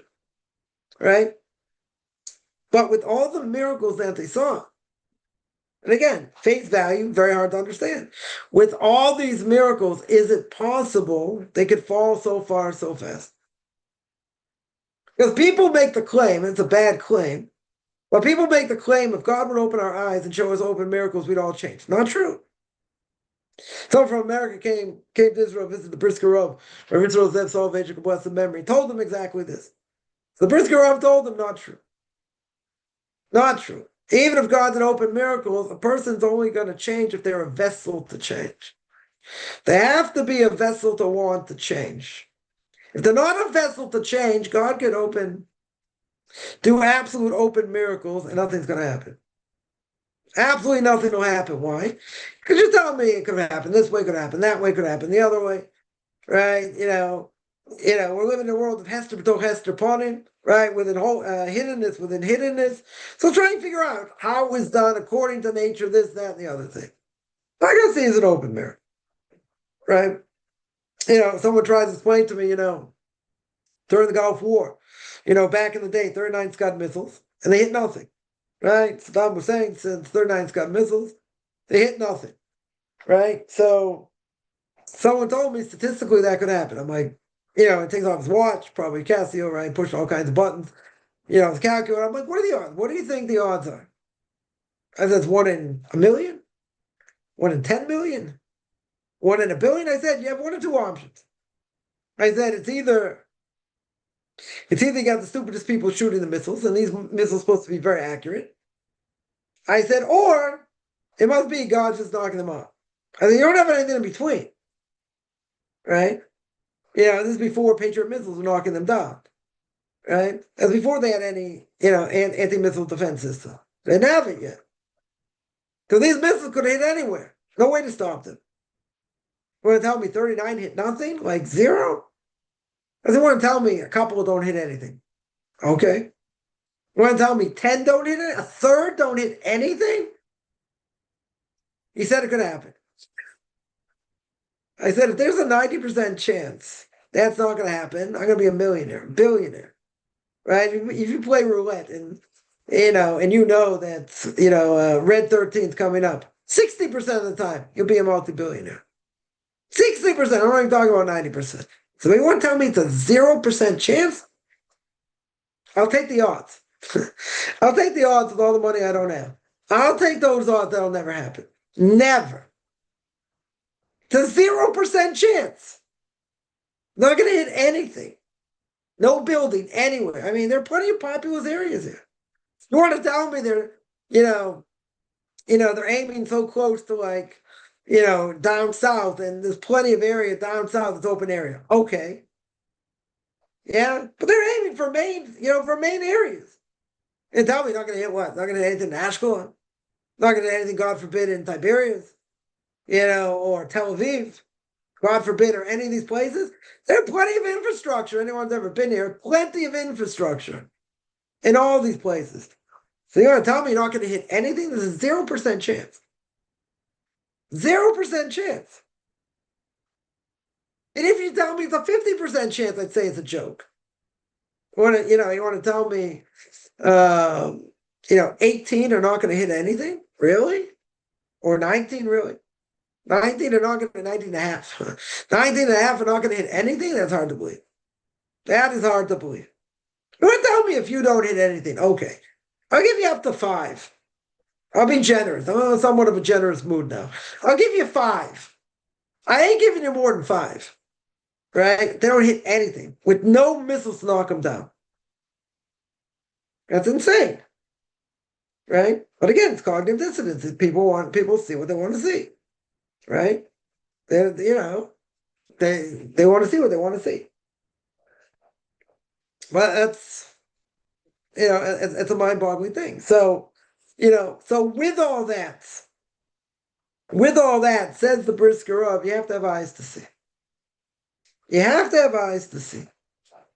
2 people can see the same thing and come to very different conclusions, right? I was once going to write a book about people who came back to Judaism. I interviewed somebody who became religious in their 30s, and all the kids became religious.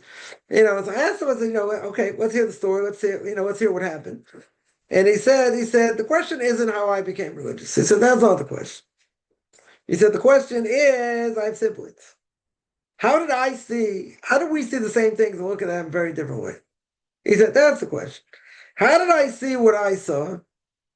And I came to Torah mitzvahs and they didn't. So that's the question. 2 people can see the same thing. The exact same thing. One person will say it's a miracle. Yeah, it's an open miracle. Someone will say, no, that can happen. Right? Yeah, but these last few wars here, you can't say that. You can't say like this is a chance thing, right? 300 missiles and drones come. Two things, the Patriot missiles, another thing. They used to knock them down. They would have been happy if they knocked down half. If they would have knocked down half, they knocked off down every single one of them. Every single one of them they knocked out. Right? They weren't expecting that. There are times they have no explanation whatsoever. There's once a missile was coming, try and knock it down. Patriot missile missed it. Right? So a person who, I don't know, shot it or who was there said this was going straight to Tel Aviv. It's gonna be like a major casualties in Tel Aviv. What happened? The last second, it was a day where there's no wind. There's absolutely no wind. Yeah, most of the day. All of a sudden, out of nowhere, wind picks up. Picked up a lot, took this missile, took it out to sea. Now, this person wasn't religious, was not religious, said there's no logical explanation. You have no logical explanation. There's no wind during the whole day. During the entire day, there's no wind. Zero. Right? We're talking zero the whole day. And it's supposed to stay zero the rest of the day. All of a sudden, wind picks up, 20 miles an hour, 40 miles an hour, whatever it is. All of a sudden, in one shot, and veers off target. No, there's no atheist in a falling foot. Yeah. So this person didn't necessarily become a religious Jew, but he said that was an open miracle. Well, the secular Jew saying that. Secular Israeli saying that. You have to have the eyes to see. Right? So someone can say, well, the odds of that are zero. Right? According to all weather states, all weather reports, zero chance of wind the whole day. And all of a sudden the wind picks up. What they miss? What did they miss? Right? These things are pretty accurate. Okay, sometimes when it comes to storms, they'll say, maybe the storm will go out to sea, it won't go out to sea, it depends on this, depends on that. Okay. But according to everybody, in this case, according to everybody, there's no wind. There's zero wind, no pickup, no nothing's not going to happen. According to everybody. Yeah, and all of a sudden, wind comes out of nowhere. Out of nowhere. I don't explain a 40, 50 mile wind that's not supposed to be there. It could happen. Of course it could happen. Yeah, someone could win, you got someone to win a Powerball lottery. It's like 1 in a billion chance, but he could win. Everyone else who plays, you think they're going to win? They don't think they're going to win. It's like 1 in a billion chance. This is not even 1 in a billion chance. This is 0 chance. But you have to have the eyes to see. Right? As we said before, two people can see the same thing, come to very different conclusions. Right? Extremely different conclusions. Well, what's the point of all this? The point of all this is, as Kuyaka here says, is that when a person's surrounded by society, in general, that society has a pull. Right? We spoke about that quite a bit last week. Now, there are people who live in places their society has no pull because, they hate the society they live in. They hate the people around them. Yeah, because of who they are and what they represent. Okay. Yeah. But, when push comes to shove, if it's so bad, are you picking up and moving? Well, not so simple. I got elderly parents. I got business here. I got other things. You look at South Africa. Use South Africa as an example. I know somebody there. I know a bunch of people there, but I know someone there is doing very well, even though the rand today is probably about 16, 17, to the dollar. It used to be, probably 25, 30 years ago. It used to be 1 to 1. Yeah, new government takes over, went to 1 to 4. Then it went like 1 to 8. 1 to 10. I mean, like the rand's, been totally demolished against the dollar. Yeah, but there are people making money. Yeah, making good money, living like kings there because everyone's got hired help and different things. But they're living behind barbed wire. Homicide rate there is huge. Right, petty crime rate is huge. Yeah, I don't think there's any question.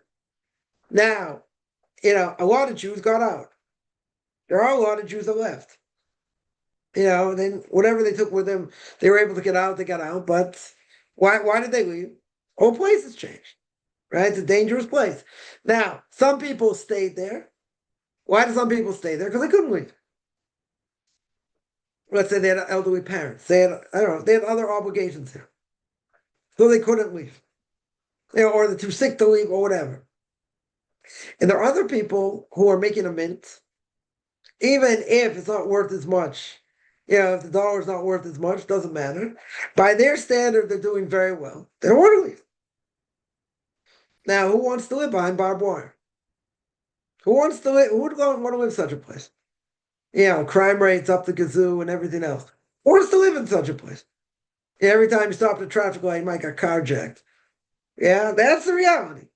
Yeah, people live with it. Some people say, "Oh, you live with an air and bombings," and they say, "Okay, a little bit different, but doesn't matter, right? Why do people stay there? Yeah, some people stay there because they have no choice, but other people stay there because they're living like kings, right? And they're willing to live like kings in such a place rather than go somewhere else and live on less of a standard."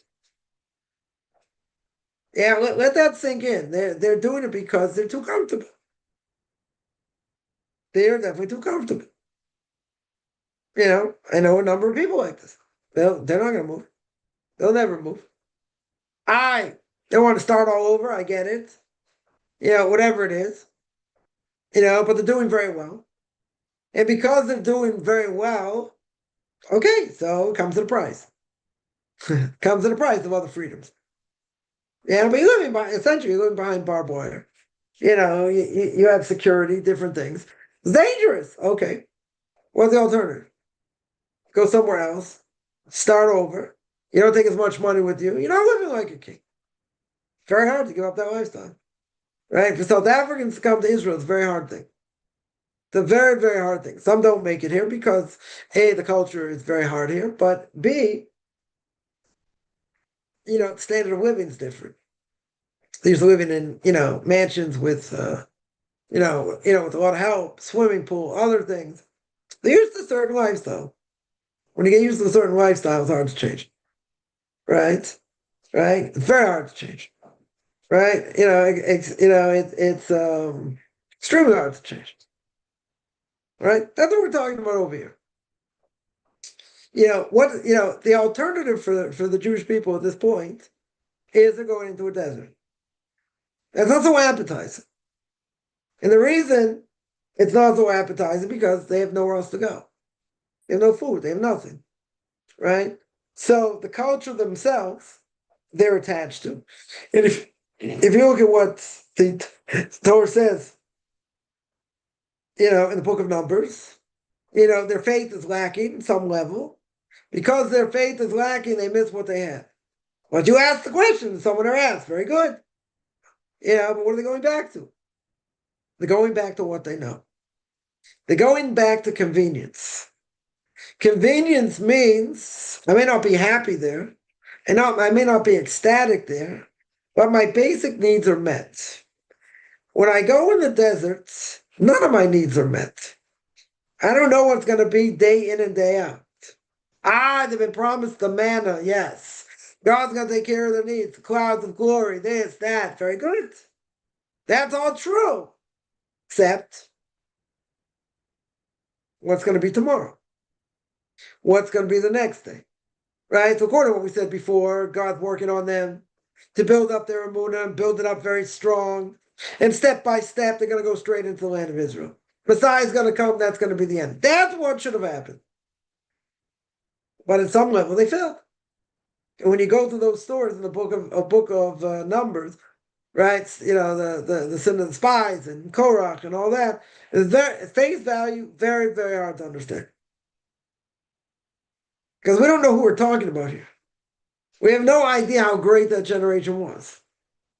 And you're going to tell me they missed the fish? They want to go back? Very hard to understand. Extremely hard to understand. But I think with this explanation makes it a little bit easier. Because they're going back to what they knew. That's what they're going back to. Right? They're going back to exactly what they knew. Even if it wasn't great, doesn't matter.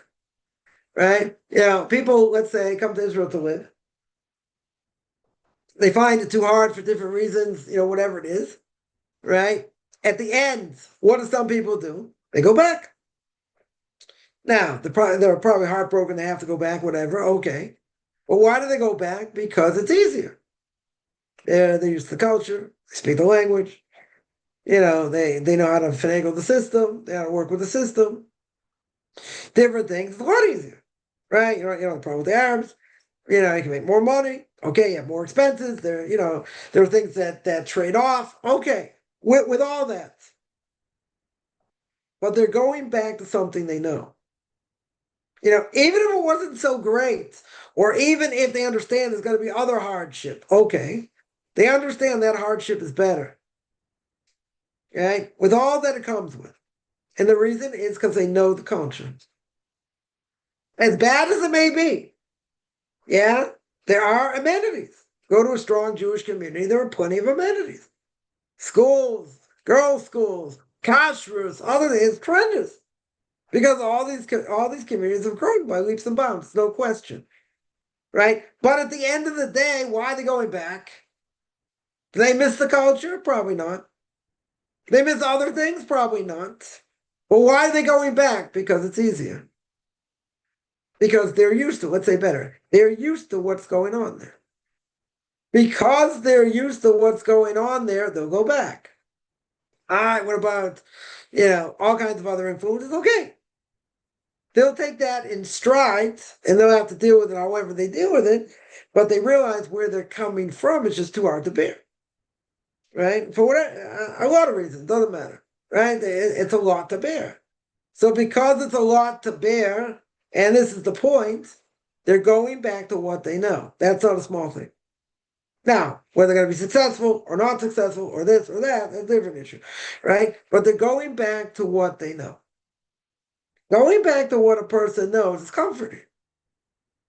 It's very comforting. Now, in my case, when I went back, it was harder because I never lived in a Jewish community when I was there. When I was certainly not with a family. So, understanding it's going to be more expenses, and other things. Okay. So, felt that was the best place to be at that time. Play Monday morning quarterback. If I know what I know now, I would have done it. But okay, God has his ways. Got me there, got me back, which I can count on one hand people I know with big families that left and came back. Very hard once you get there, to come back. You get stuck there for however long or more. I was saying over Shabbos how I was in California. I was in LA many years ago, and I was around some Israelis. So they're telling me, it's like, yeah, we came with Tayo to tour. We came to tour. We came to see America. I said, oh, it's interesting. I said, well, how long was that? It's like, oh, about 35 years. Yeah, it's been there for a while. I never decided to come back there, living it up in America. But, they came to want to see the country. Very good. And they liked it, so they stayed. Right? Now to come back is much harder. Much, much harder. And, at the end of the day, at the end of the day, you think the grass is greener. Now, if people go back and they have connections and they have things set up and this and that, okay. Right? They have family there, they have, community there, they have other things, okay. Right? Or if someone's going back, you don't have that. You think it's better, could be. Depends what it is. Right? It depends, what it is. But, there are other challenges. There are other challenges. But the idea is still the same.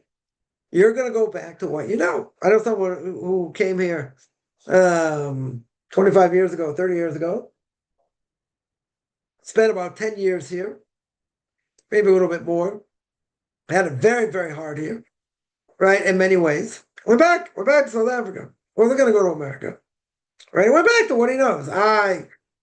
Problem with crime, problem with the value of the rand and other things. Okay. But he was already established when he was there. Right, in his profession. So, okay, get back in his profession, other things.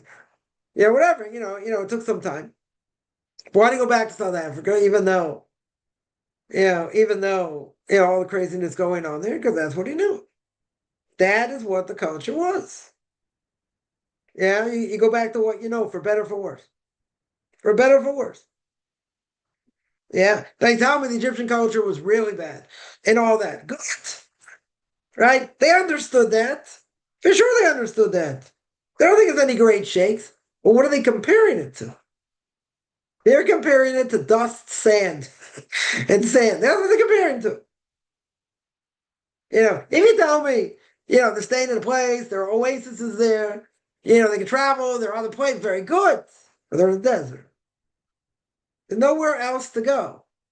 Dust all around you. That they couldn't bear. That was too hard to bear.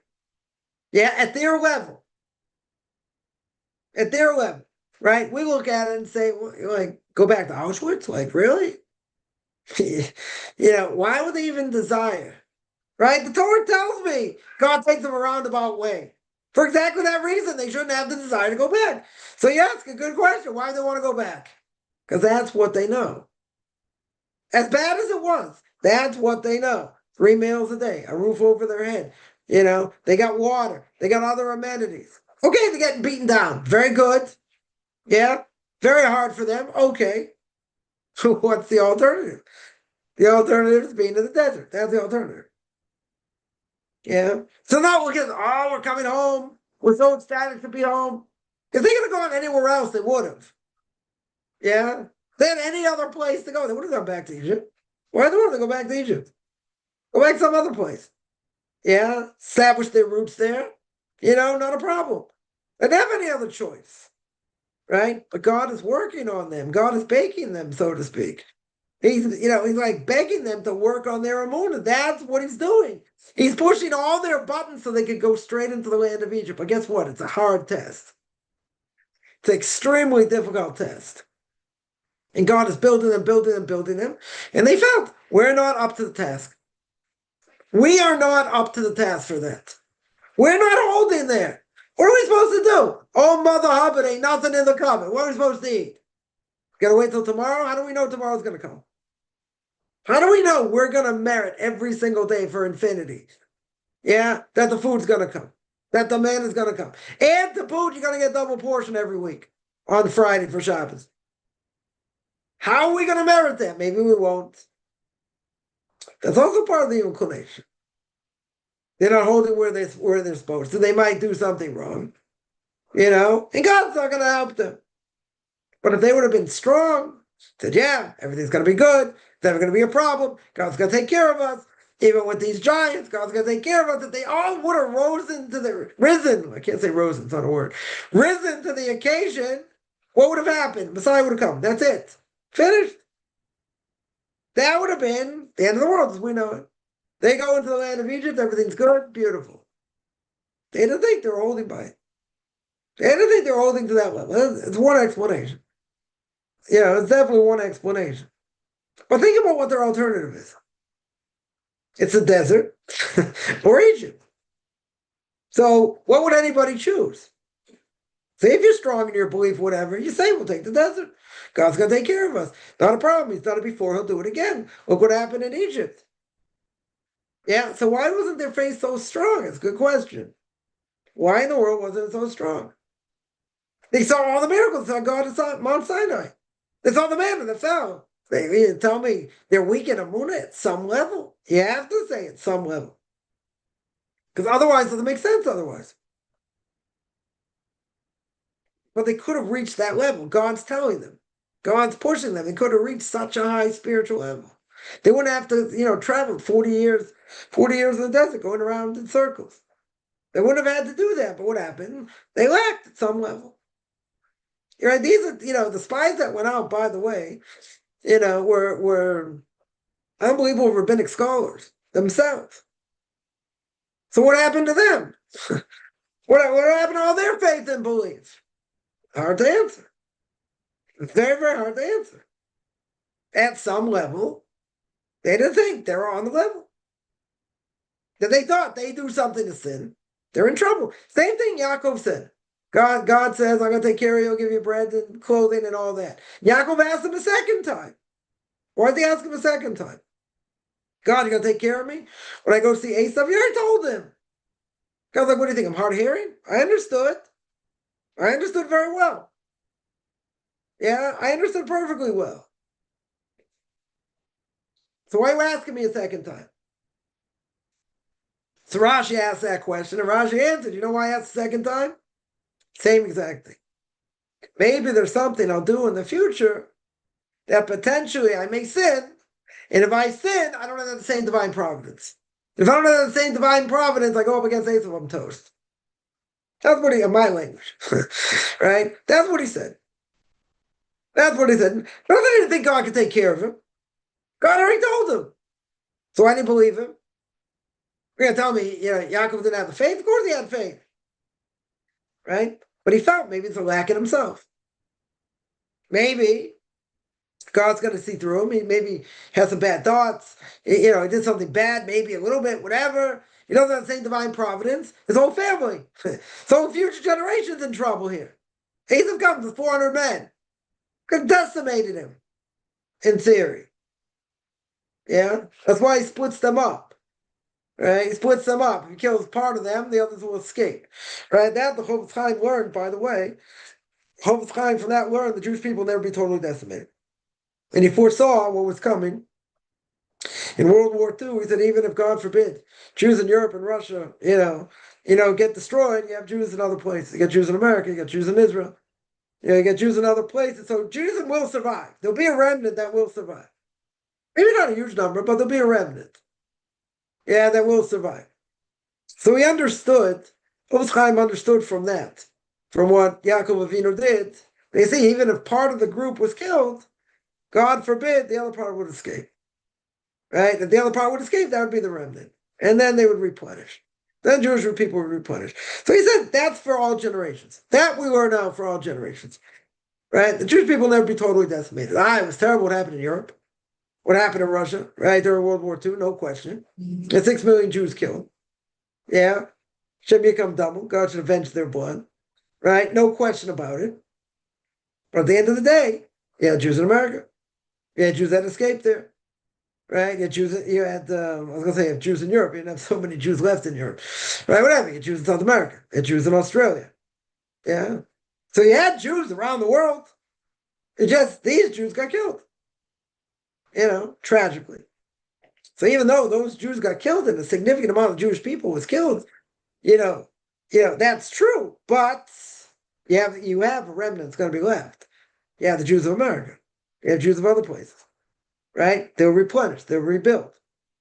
Right? So Chofetz Chaim learns that when you're going to have some of the Jewish people, God forbid, killed off, there won't be everybody.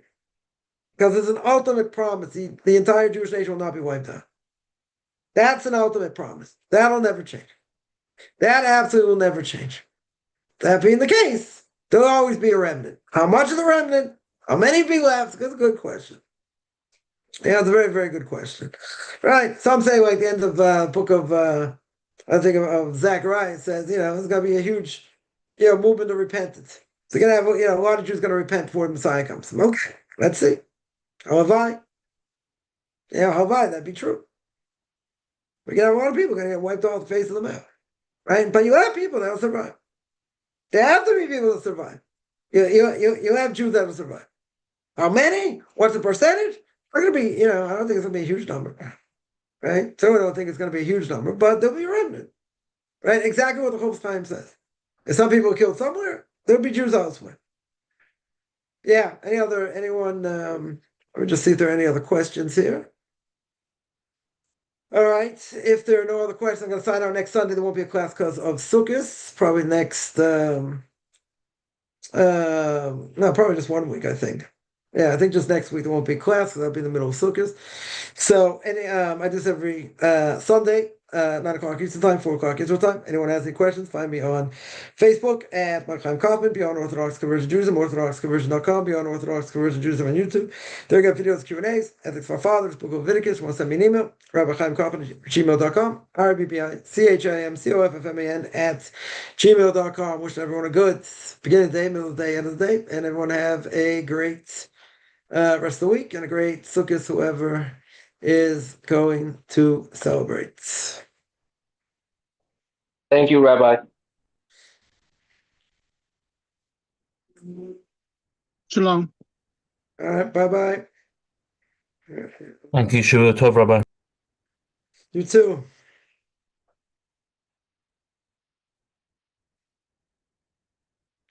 Okay. Thank you.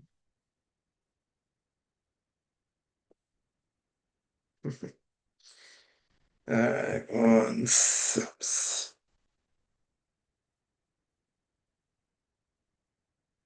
Do wish you a good Sukkot. Okay, you too as well. Toda.